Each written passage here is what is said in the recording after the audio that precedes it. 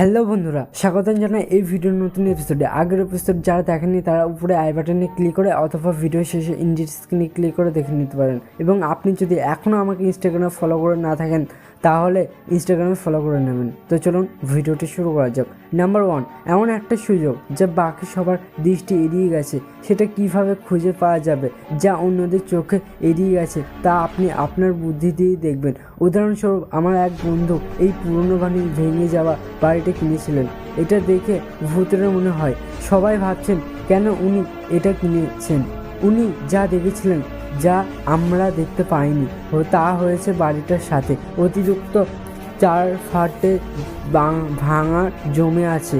তিনি টাইটেল কোম্পানির সাথে গিয়ে যোগাযোগ করেছেন এবং বাড়িটা কেনার পর তিনি বাড়িটা ভেঙে ফেলেছেন এবং বিল্ডারের কাছে বিক্রি করে যে দাম তিনি পুরো কিনেছিলেন তার 3 গুণ দামে তিনি মাত্র 2 মাসের কাজে $75,000 উৎপাদন করেছিলেন এবং পেরেছিলেন। এটা অনেক অর্থ নয়, কিন্তু এটা ন্যূনতম বেতনের চেয়েও বেশি এবং প্রয়োজনই খুব কঠিন। নাম্বার 2, কী করে অর্থ জোগাড় করতে হয়। সাধারণ লোকেরা ভাবে শুধু ব্যাংকে যায়। এই দ্বিতীয় ধরনের বিনিয়োগকারী জানার প্রয়োজন কী করে পুঁজি জোগাড় করা যায়।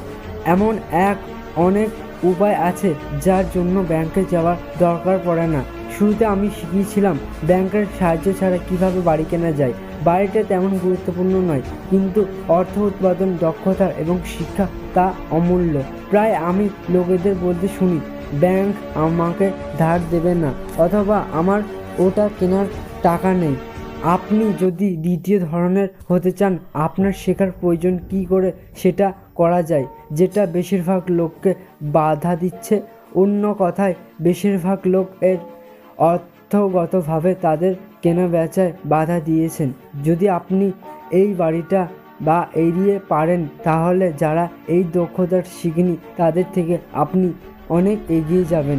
অনেকবার এই রকম হয়েছে যে ব্যাংকের একটা পয়সা না থাকা সত্ত্বেও আমি একটা বাড়ির স্টক অথবা অ্যাপার্টমেন্ট বিল্ডিং কিনেছি। আমি একবার একটা অ্যাপার্টমেন্ট হাউস কিনেছিলাম $1.2 বিলিয়ন দিয়ে। আমি একটা লিখিত চুক্তি ক্রেতা আর বিক্রেতার মধ্যে কিনেছিলাম, যাকে বলে টাই ইট আপ।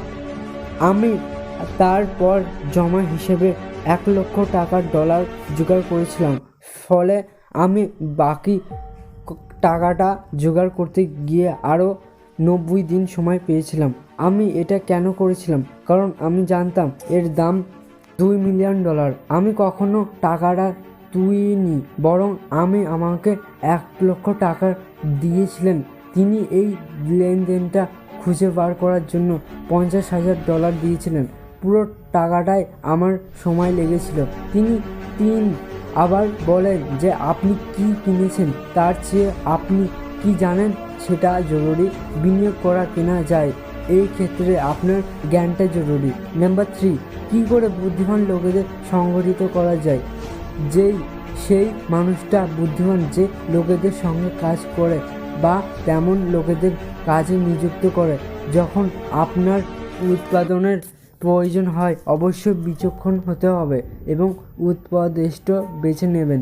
অনেক কিছু শেখার আছে, কিন্তু পুরস্কার আকাশচুম্বী হতে পারে যদি আপনি এই সব দক্ষতা শিখতে চান। এবং তাহলে আপনাকে 1 নম্বরে বিনিয়োগকারী হওয়া উপদেশ দেব। আপনি যা জানেন সেটাই আপনার সবথেকে বড় ধন। আপনি জানেন না সেটা আপনার সবথেকে বড় ঝুঁকি সব সময় আছে, কাজেই ঝুঁকি এড়িয়ে না গিয়ে তো মোকাবেলা করুন। তো এই ভিডিওর জন্য এতটুকুই। যে আপনি যদি এই রকম মোটিভেশন ভিডিও দেখতে চান তাহলে চ্যানেলটিকে সাবস্ক্রাইব করে পাশের বেল আইকনটি প্রেস করবেন। এটা একদম ফ্রিতে।